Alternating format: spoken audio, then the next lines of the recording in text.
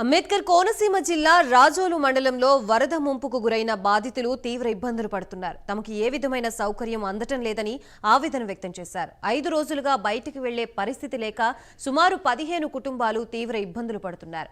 ఇప్పటికైనా స్పందించి సంబంధించిన అధికారులు తమకు సహాయం చేయాలని కోరుతున్నారు.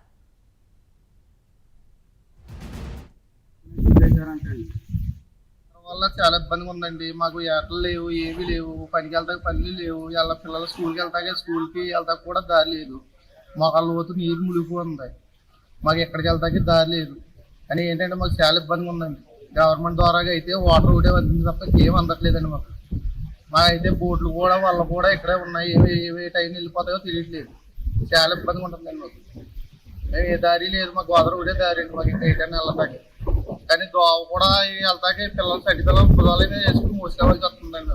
బట్ ఎక్కడ వల్ల చాలా ఇబ్బందిగా ఉందండి మాకు.